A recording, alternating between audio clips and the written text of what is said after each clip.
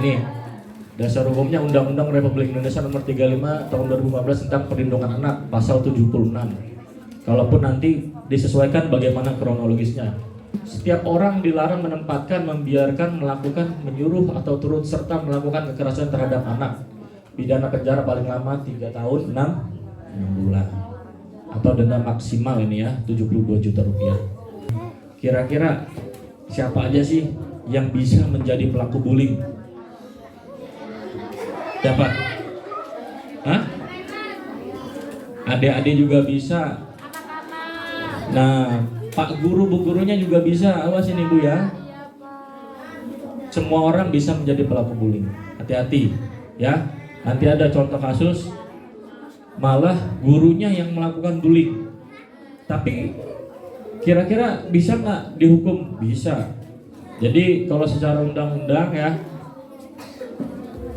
ini hanya berlaku untuk usia 18 tahun ke atas. Bisa kita kenakan tindak pidana, Bu.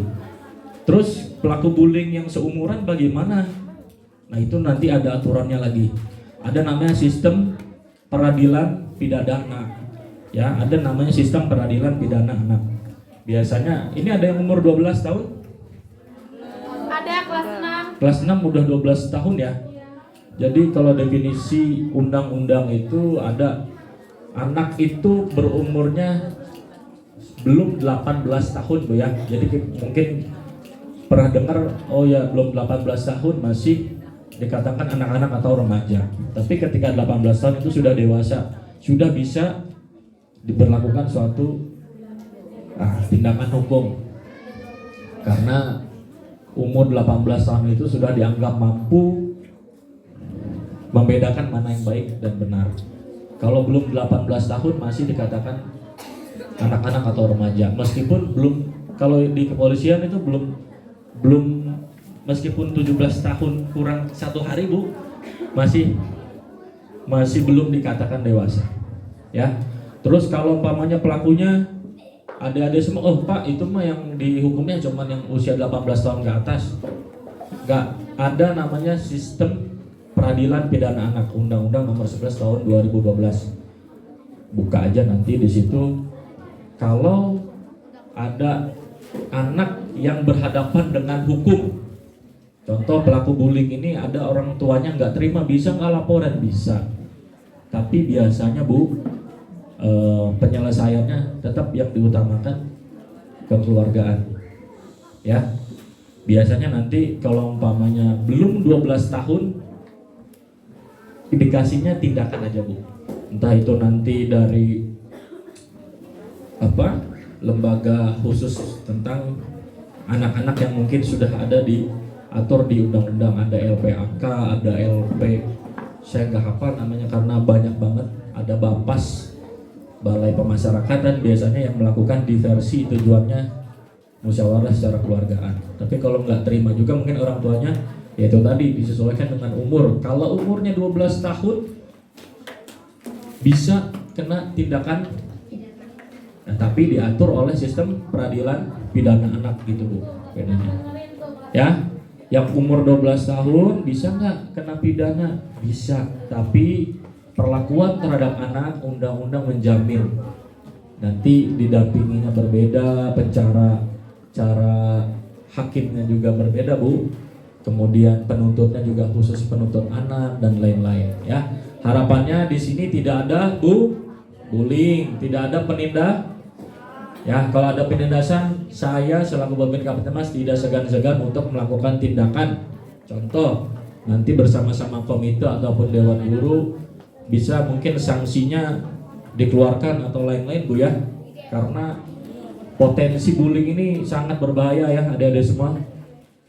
Kemungkinan terburuknya yaitu bisa bunuh diri. Lanjut. Nah ini pelaku itu siapa aja, ternyata bisa guru di Sulawesi Utara bully siswi SD. Sekitar tahun 2021 atau mengancam biasanya disertai bully fisik atau verbal. Ada orangnya? Ini Kak. Adian. Kayaknya ini ya, CS-an ya, teman deket ya. Nah, kemudian jenis bullying ada perilaku nonverbal yang tidak langsung. Nah ini, mendiamkan seseorang, memanipulasi persahabatan sehingga menjadi retak, kemudian mengucilkan, mengabaikan, mengirim surat kawin. Ya, mohon perhatian ya, sebentar ya.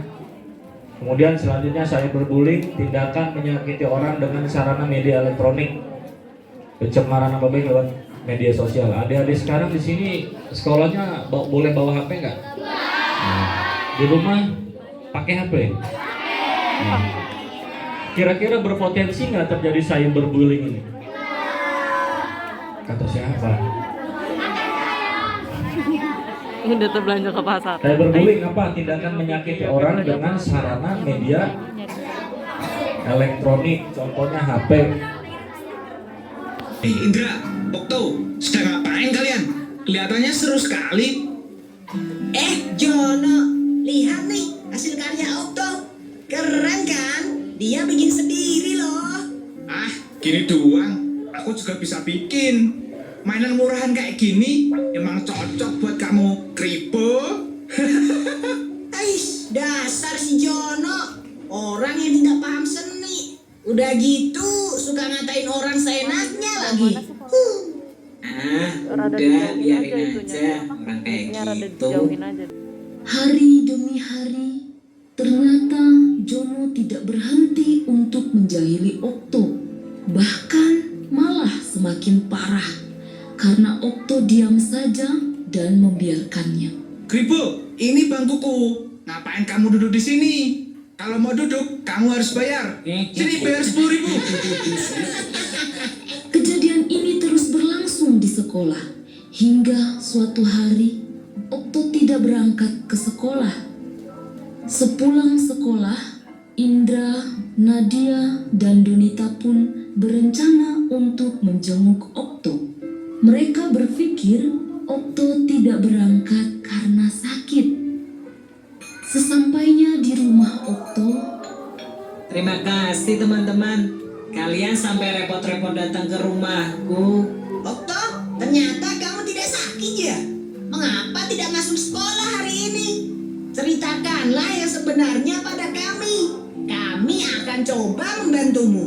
Sebenarnya aku takut untuk berangkat sekolah karena Jono. Ia tidak berhenti untuk terus menjahiliku. Kalau kamu takut, laporkan saja kepada ibu guru, Okto. Kami akan menemanimu. Jangan takut, kamu gak sendirian kok. Ada kami yang siap membantumu.